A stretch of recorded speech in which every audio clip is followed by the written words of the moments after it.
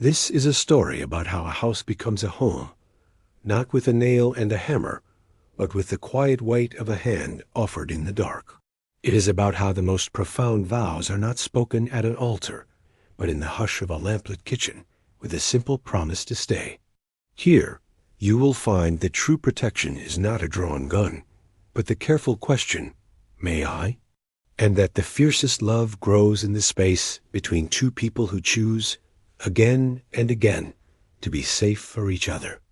Elias Thorne's life was a testament to order. Dawn broke, and he was up, the chill of the packed earth floor, a familiar bite against the soles of his feet. He moved through the small, sturdy house he'd built with his own hands, a quiet ghost in the gray light. The pump handle groaned its usual complaint as he filled the basin, the splash of cold water on his face, a ritual of waking. His razor was stropped, his shave was clean. The bed was made, the single pillow plumped, the warm quilt pulled taut over a space that held only the memory of his own warmth. By the time the sun had cleared the jagged line of the Dragoon Mountains, coffee was brewed, its bitter scent the only real company he kept. He ate standing at the counter, a piece of hard bread washed down with the hot liquid, his eyes on the vast, sun-bleached expanse of his land. It was a life of straight lines, fence posts running true, furrows plowed in parallel, the sun's predictable arc across the sky. Yet this rigid order only served to frame the profound emptiness at its center. The house was too quiet. The silence was not peaceful. It was a weight, a constant reminder of a life lived in a space built for more than one. In the evenings, the lamplight cast a single long shadow that followed him from the table, where he cleaned his tools, to the chair, where he sat staring into the fireless hearth. There was no one to read a letter to, no one to share a glance with when the coyotes yipped in the distance. The only touch he knew was the calloused skin of his own hands, the heft of an axe, the worn leather of his reins.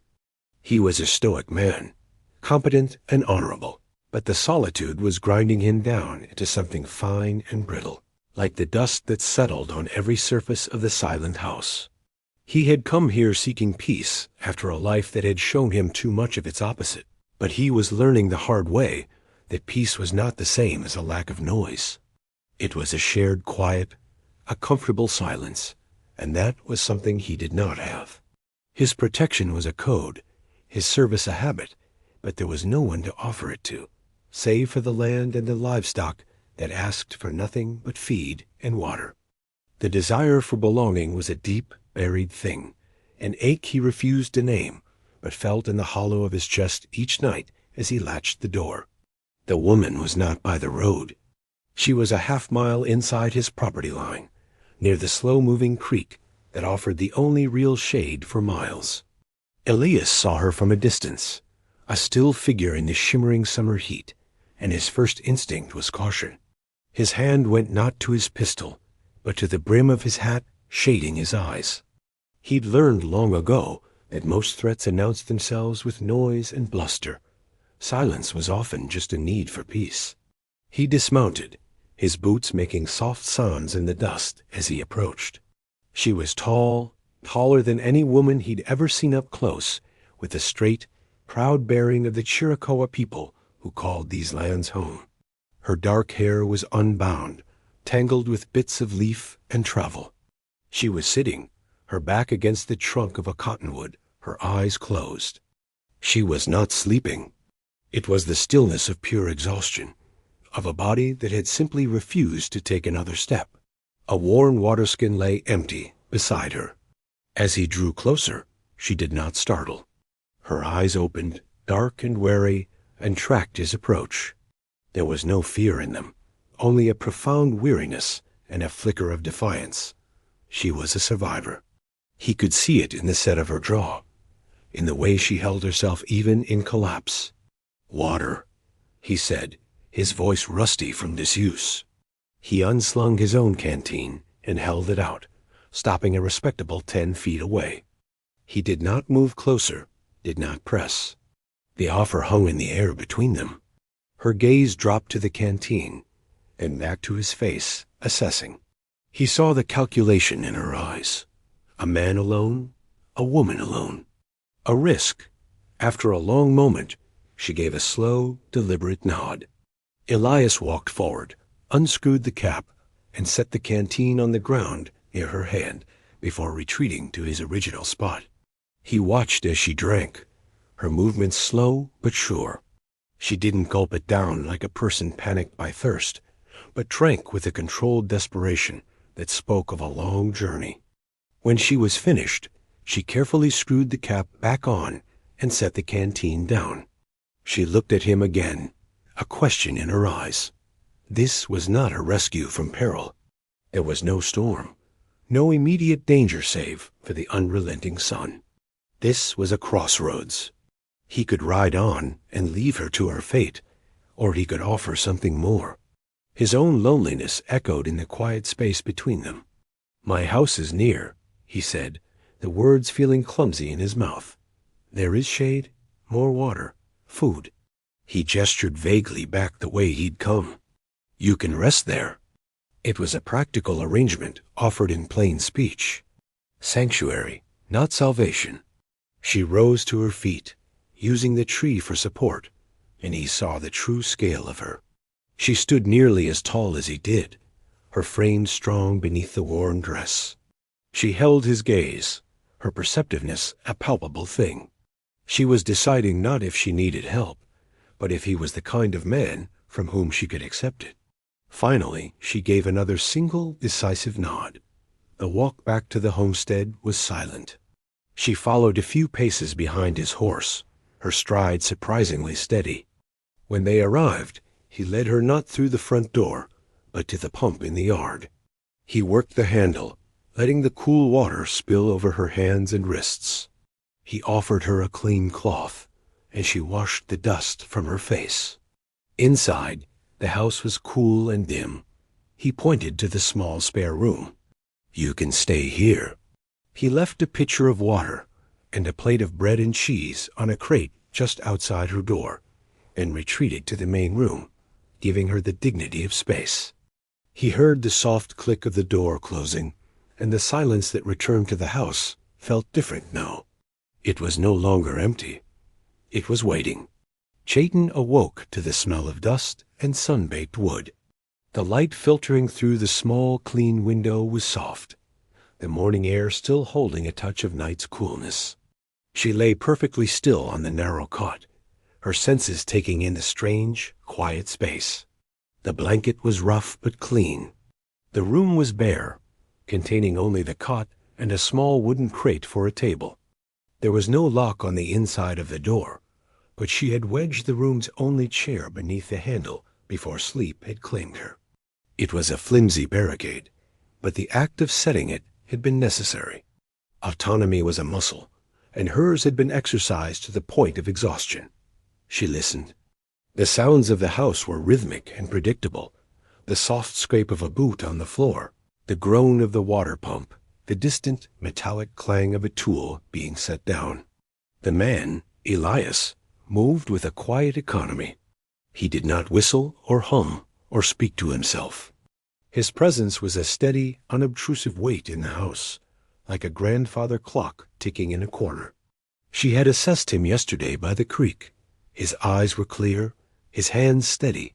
He had offered help without demanding a story, had given her space without making her feel like a prisoner. His touch, when he'd steadied the canteen for her, had been careful, deliberate. He was a man who understood boundaries. Still, she remained wary. Trust was a currency she no longer possessed. She had spent the last of it on the man her father had promised her to, a man whose smiles were as sharp as his threats. Safety for her was not a gift to be received, but a fortress to be built, stone by careful stone. She rose and moved the chair, her bare feet silent on the wooden planks. The plate of food and the pitcher of water were where he had left them, untouched by him, waiting for her. She ate slowly, methodically, tasting the simple, honest flavors. It was the first real food she'd had in days. Her own clothes were torn and trail-worn. In her small bundle, she had a needle and a spool of dark thread. Sitting on the edge of the cot, she began to mend a long tear in her sleeve. The small, repetitive motion was calming. Each stitch was an act of reclamation, a quiet declaration that she was more than her flight, more than her exhaustion. She was a woman who could mend what was broken.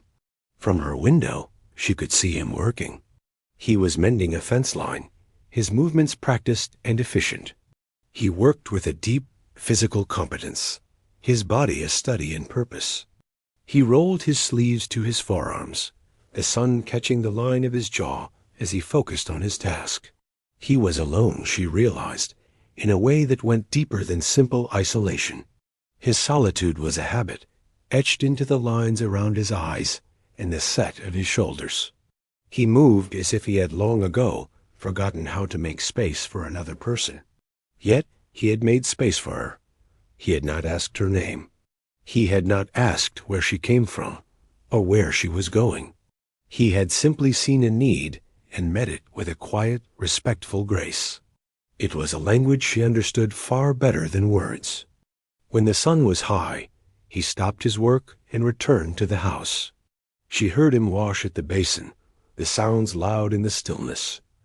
A few moments later, a soft knock came at her door. She did not answer. After a pause, she heard a plate being set down on the crate outside. He was giving her a choice: to emerge or to remain, to engage or to retreat. For now, she chose to remain. She ate the meal he'd left, listening to the silence that was no longer empty, but filled with the careful, unspoken negotiations of two solitary people learning the shape of each other's presence. Days settled into a quiet rhythm. Elias rose at dawn, did his chores, and left a plate of food for the woman in the spare room. He worked his land, acutely aware of the new presence in his house. It changed the very air, turning the familiar silence from a statement of loneliness into a question. He found himself listening for the sound of her door, for the whisper of her bare feet on the floorboards. He was a man who spoke little, but listened closely, and he was learning her language now, a language of silence, of small gestures, of careful distances. On the third day, as he was splitting wood, he felt her presence before he saw her. He paused, axe resting on the block, and turned. She was standing at the edge of the porch, watching him. She held a stack of neatly folded linens, the rough blanket and sheet from her cot. She had washed them at the pump and dried them in the sun. It was a task, a contribution, a way of saying she was a guest, not a burden. He nodded his acknowledgement. "Thank you." The words felt loud in the afternoon heat. She simply inclined her head and went back inside. Later, he came in for water and found her in the kitchen, carefully wiping down the wooden counter with a damp cloth. She was making a space for herself within his rigid order, not disrupting it, but finding the seams and fitting herself in. He started to teach her things, not with lectures, but with actions. He would say the word water as he worked the pump, wood as he stacked it, bread as he sliced a loaf. She was a quick study, her perceptive eyes missing nothing.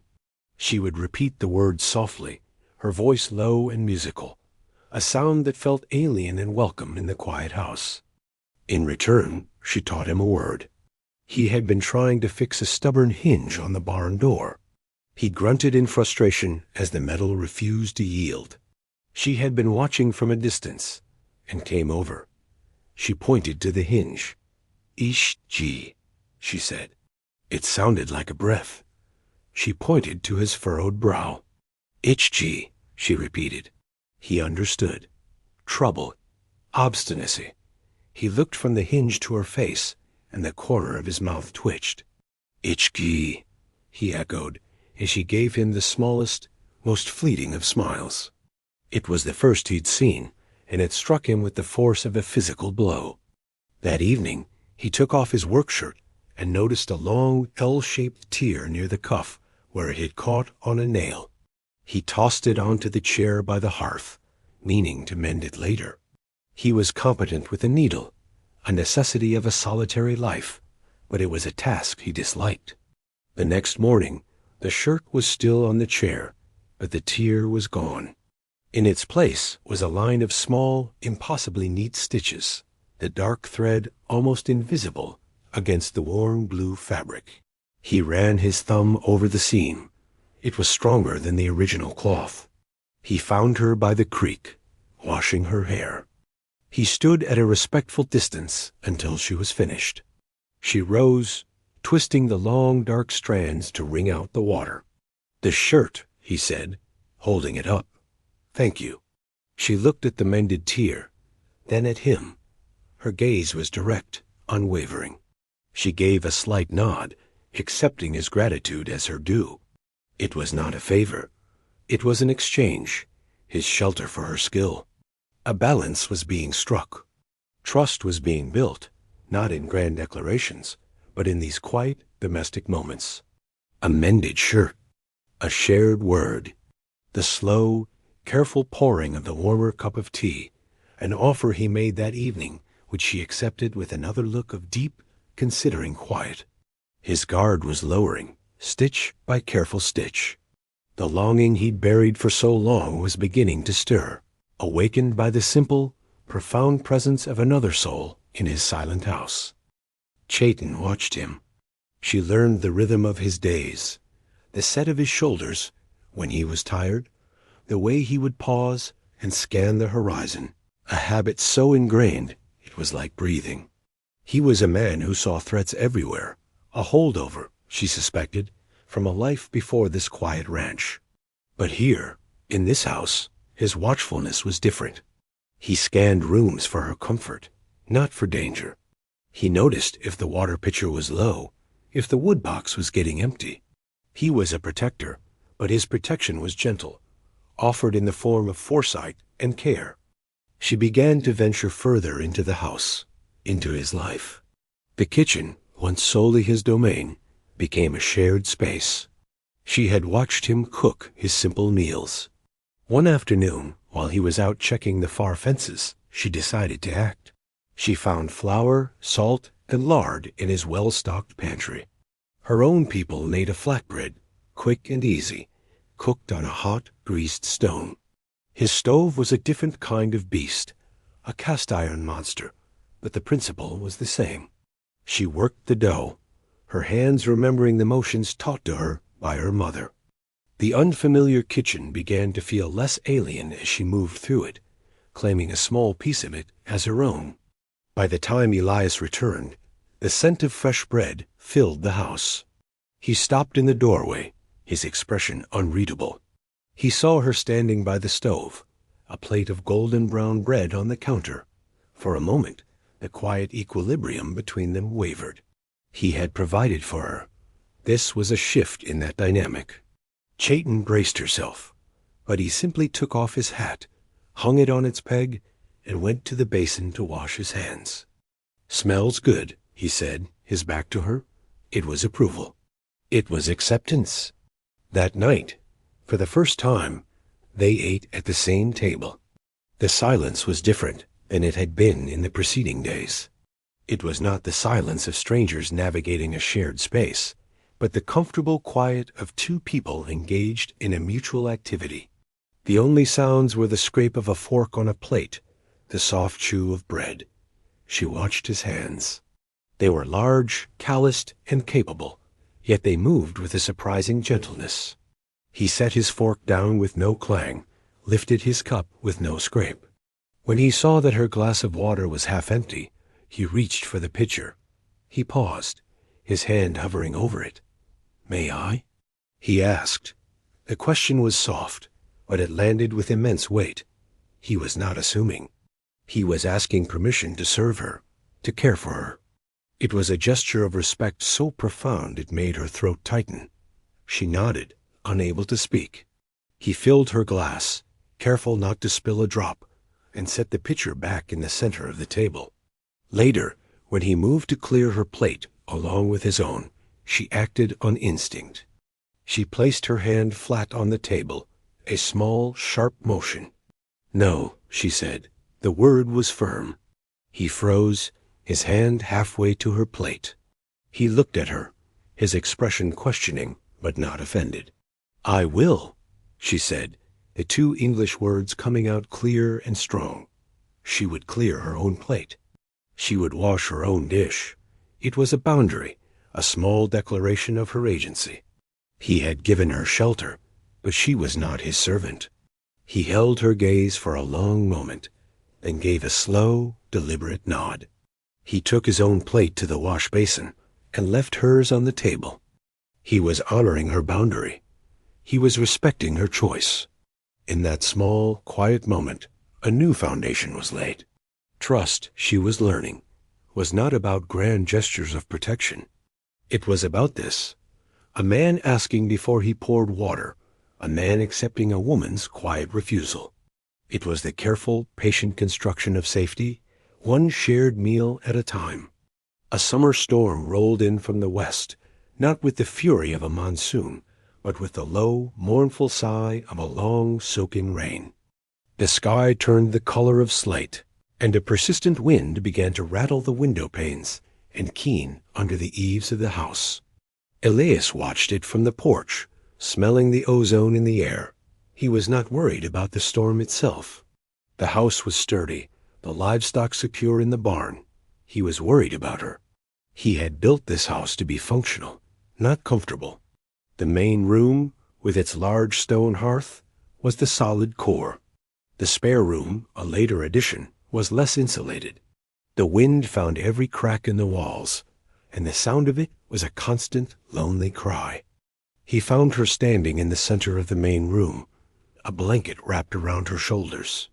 She was not looking at the rain-streaked windows, but staring at the cold, dark hearth. In the dim light, he could see the tension in the set of her shoulders, the rigid line of her back. She was stoic, but the storm was getting to her. He thought of her, alone in that drafty room, with the wind howling like a hungry animal. The thought was unacceptable. He cleared his throat, and she turned, her eyes dark and deep in the gloom. He had to choose his words with care. An invitation could be misconstrued as a demand, a kindness as an expectation. He chose the plain truth. "The wind is loud in that room," he said, his voice quiet. "It's warmer in here." He gestured with his chin toward the main room, toward the hearth.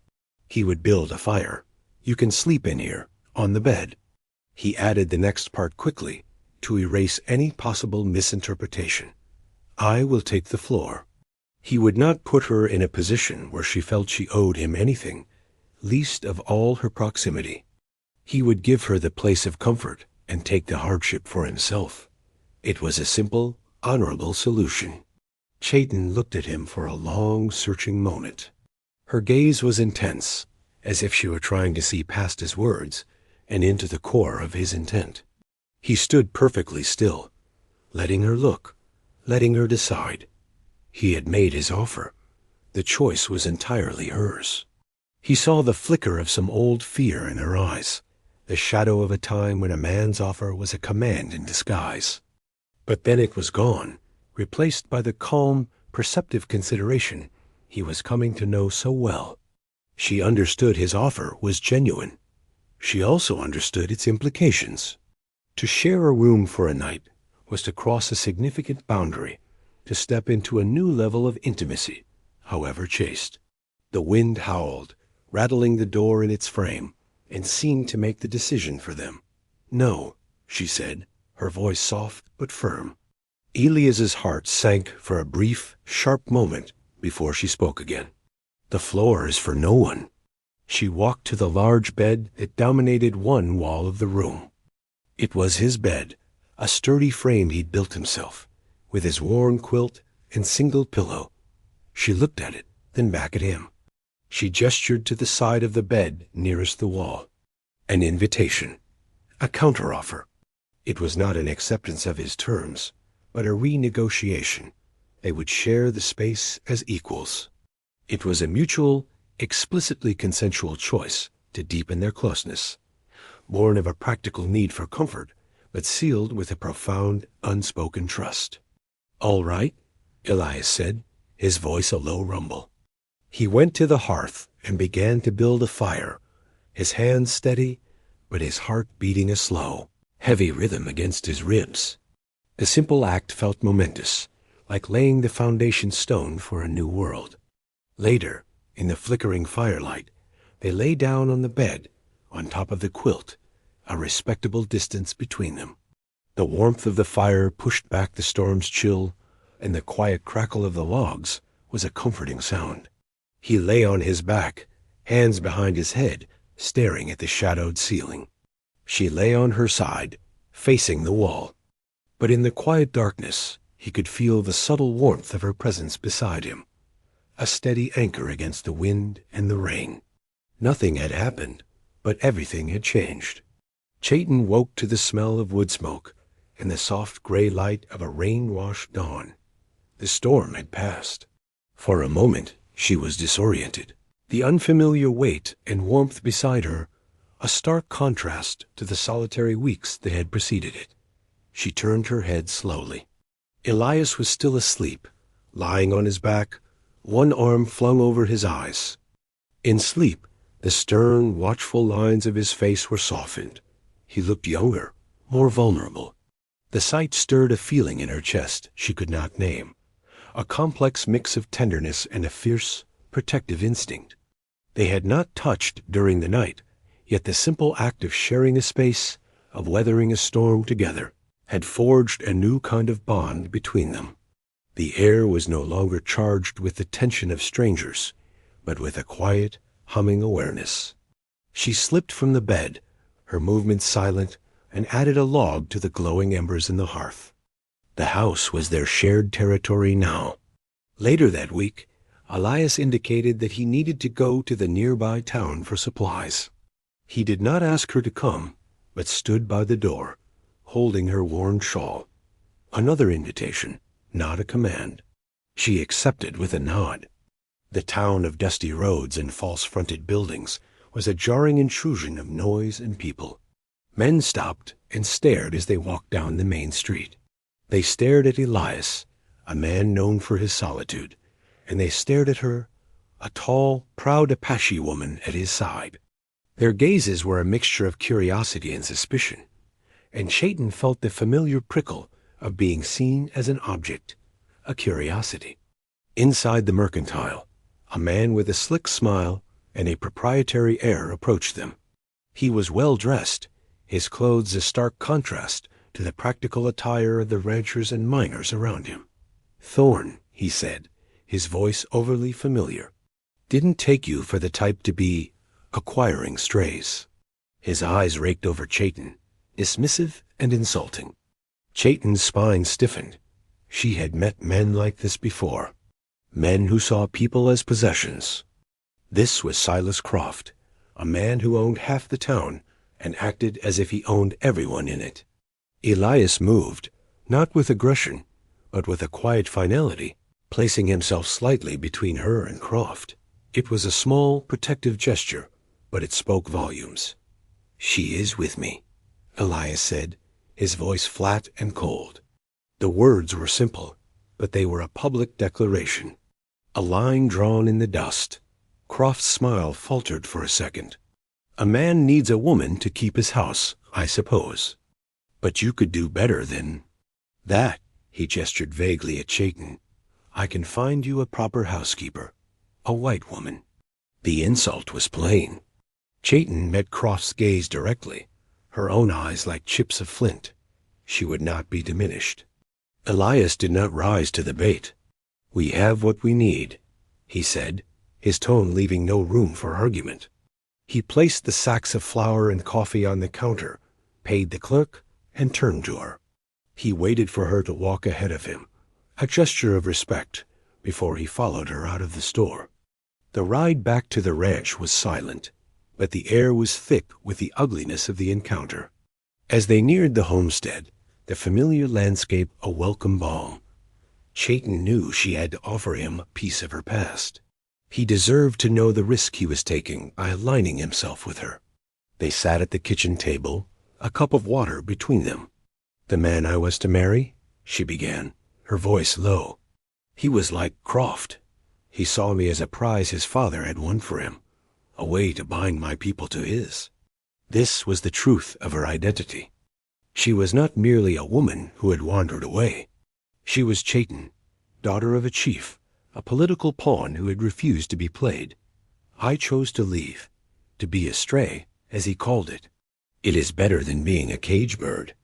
Elias listened, his gaze steady on her face. He did not offer pity or platitudes. He simply listened, giving her the gift of his full attention. When she was finished, he reached across the table and his fingers brushed hers for a fleeting second. "You are not a stray," he said, his voice rough with an emotion she couldn't quite decipher. "You are home." The encounter with Silas Croft left a stain on the quiet peace of the ranch. Elias found himself scanning the horizon not for bad weather, but for the dust cloud of an approaching rider. Croft was not a man who took kindly to being told no. He was the predator, the entitled man who believed the world, and everyone in it was his for the taking. Croft served as a foil, a dark mirror that reflected the true nature of Elias's own actions. Where Croft was coercive, Elias was careful. Where Croft was entitled, Elias was respectful. The contrast made Elias's quiet, consent-focused care for Chaitin feel not just like kindness, but like a righteous act. A week later, Croft proved him right. He rode up to the house one afternoon, dismounting without being invited, his posture radiating an unearned confidence. Elias met him on the porch. Chaitin remained inside, but he knew she was watching from the window. "Thorne," Croft said, forgoing any pleasantries, "I came to make you a serious offer. That land of yours connects to my north pasture. I'll pay you a fair price for it. It would save you the trouble of trying to work it with limited help." The offer was a pretense. His eyes kept flicking to the door of the house, looking for Chaitin. "The land's not for sale," Elias said flatly. Croft sighed, a theatrical display of patience. "Look, I understand. A man gets attached to his property. But you have to be practical. And what about her?" he asked, lowering his voice. "An Indian woman can't hold a deed. She has no standing. If something were to happen to you, she'd have nothing.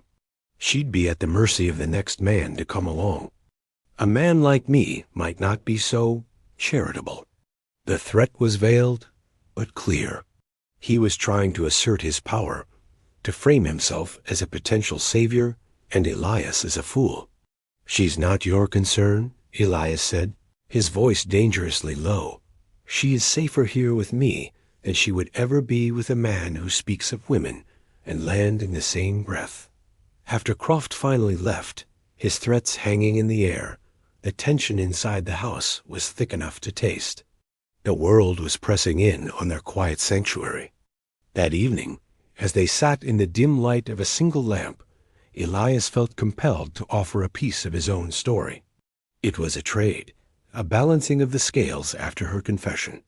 "I was a lawman," he said, his voice quiet, directed at the floor. "Before this, in a town bigger than the one nearby. There was a family. They were being threatened by a man, much like Croft, over a claim. I followed the law. I filed the papers. I told them the law would protect them." He paused, the memory a physical weight. "He burned their homestead, the whole family. I was too late. I followed the book, and the book wasn't enough." He finally looked at her, his eyes filled with a deep old pain. "That is why I am here, why my code is what it is. I will not fail to protect someone again." It was a confession and a vow. His stoicism was not a lack of feeling, but a shield built around a wound. Chaitin listened, her expression unreadable, but her presence a steady, comforting anchor in the room. She did not speak, but she rose from her chair, came to him, and placed a hand on his shoulder. The touch was light, but it grounded him. It was an acknowledgement of his pain, an acceptance of his past. In the quiet lamplight, with her hand on his shoulder, the emotional doors between them swung wide open. They were no longer just two lonely people sharing a roof. They were two survivors, sharing the weight of their histories. The confrontation came, as Elias knew it would, not with the roar of gunfire, but with the rustle of paper.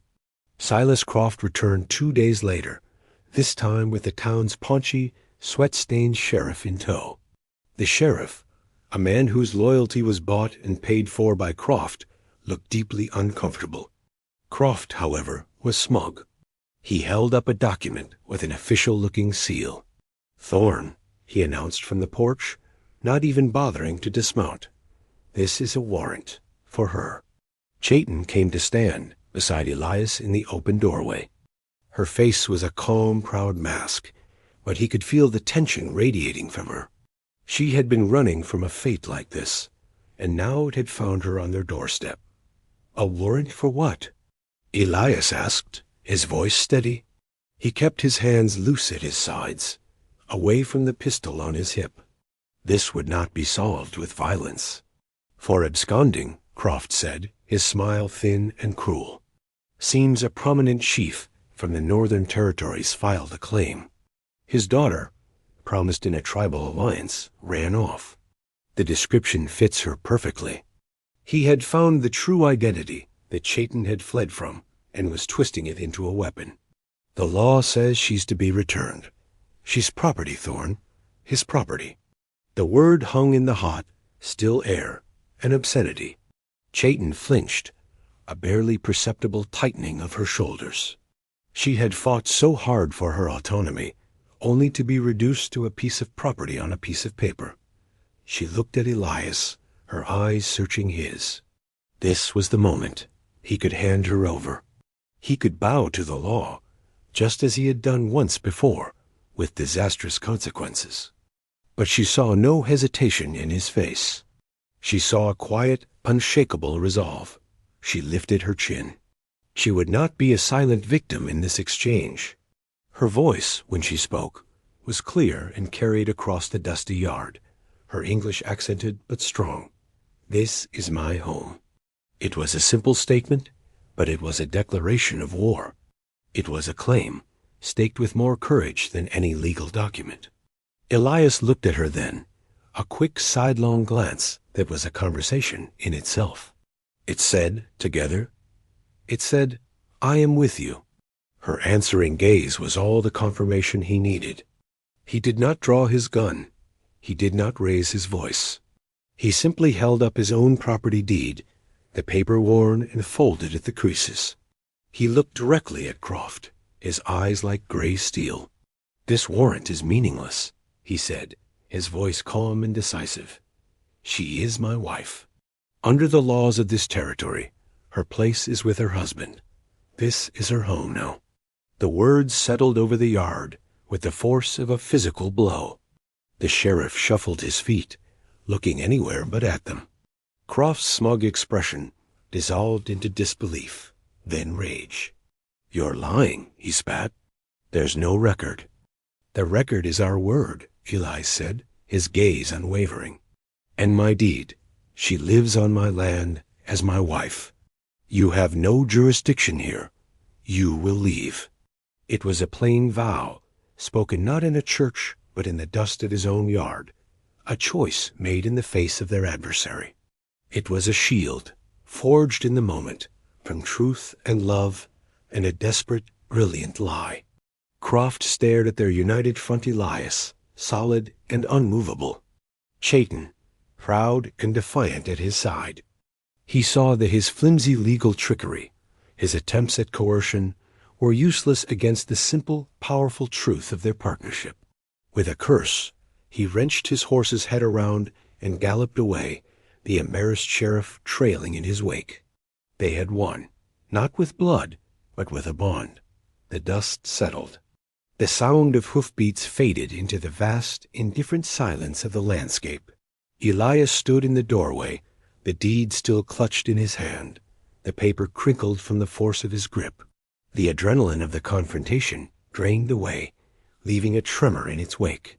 He slowly lowered his hand, his knuckles white. He could feel Chayton's presence beside him, a warm, solid line from shoulder to ankle. They had not moved, had not spoken since Croft had left. The words he had spoken, "She is my wife," still echoed in the space between them, vast and terrifying, and truer than anything he had ever said. Chayton reached out and gently took his hand. Her touch was steady, a startling contrast to the fine trembling in his own. She turned his hand over, her thumb tracing the calloused palm, the lines etched by years of hard labor and solitude.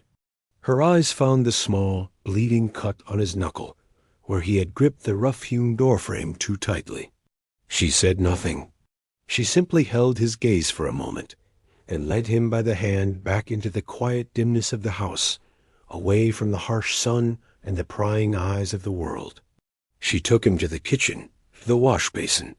She pumped cool water, her movements as deliberate and graceful as a prayer.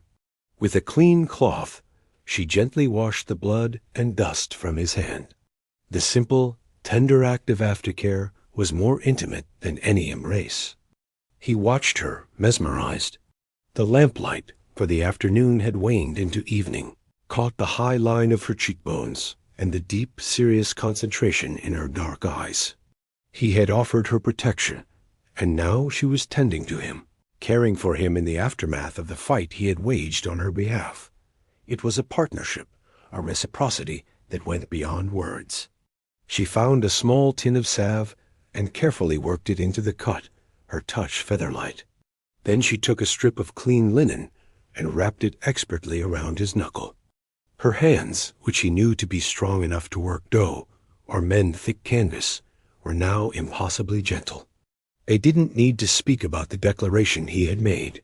The lie, the vow, the truth, it was all there in this quiet, domestic ritual. The action was what mattered. The care was what mattered. He looked at her face, illuminated by the warm glow of the lamp, and a wave of profound emotion washed over him. Gratitude, devotion, a love so deep and quiet, it felt like it had always been a part of him, just waiting for her to give it a name. The tremor in his hand had stopped. In its place was the steady, warm pressure of her fingers.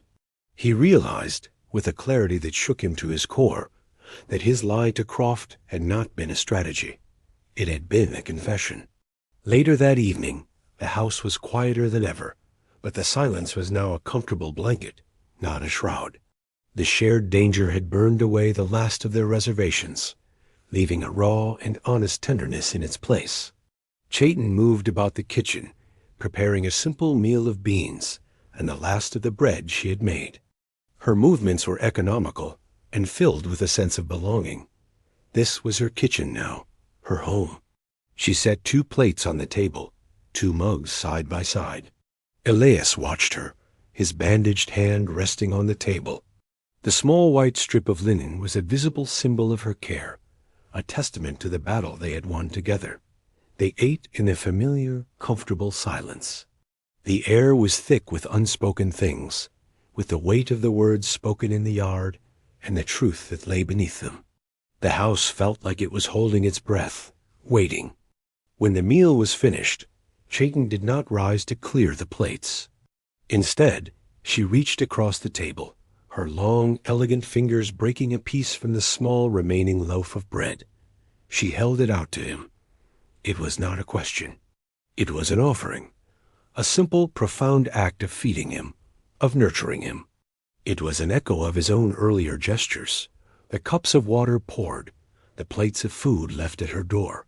He leaned forward and accepted the bread from her fingers, his lips brushing the tips of them. The contact was electric, a spark in the quiet room. He met her gaze across the table. Her eyes were dark and steady, holding his without apology or pretense. "The words," he began, his voice rough. "The words I said to Croft... He had to know. He had to know if he had overstepped, if he had trapped her with his declaration, if he had taken away the very agency he had sought to protect." She did not let him finish. Her expression softened, a deep and knowing tenderness entering her eyes. "They were not a lie," she said, her voice barely a whisper. She paused, letting him absorb the meaning. Then she gave the choice, the power, back to him, as he had always given it to her. If you will have them be true. It was her consent. It was her vow. Her agency-forward heart choosing this, choosing him, not out of obligation or gratitude, but out of a shared desire for a life built together. A profound relief washed through Elias, so potent it almost buckled him. He reached across the table and covered her hand with his bandaged knuckle a stark contrast against her smooth brown skin. "I will," he said. The 2 words were the easiest, most honest promise he had ever made. A quiet vow, sealed in the lamplight of their kitchen, a promise of a shared future that had, in truth, already begun. Weeks turned into a season. The fierce summer heat softened into the golden light of autumn. The routine of the ranch, once the solitary ritual of one man, was now the shared rhythm of 2. The house was no longer silent. It was filled with a quiet hum of partnership, the soft scrape of Chayton's needle through cloth, the rhythmic thud of Elias's axe, the murmur of their low voices as they planned the day's work over coffee in the morning. 2 mugs sat side by side on the counter, his a plain tin cup, hers a ceramic one she'd found and claimed at the mercantile. It was a small thing, but it was a symbol of their new life. They were building a home, not just with wood and stone, but with these small, repeatable gestures of care and devotion. Elias found a new purpose for his hands in the evenings.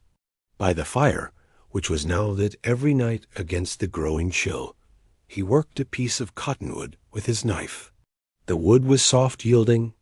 Slowly, under his patient carving, a shape began to emerge.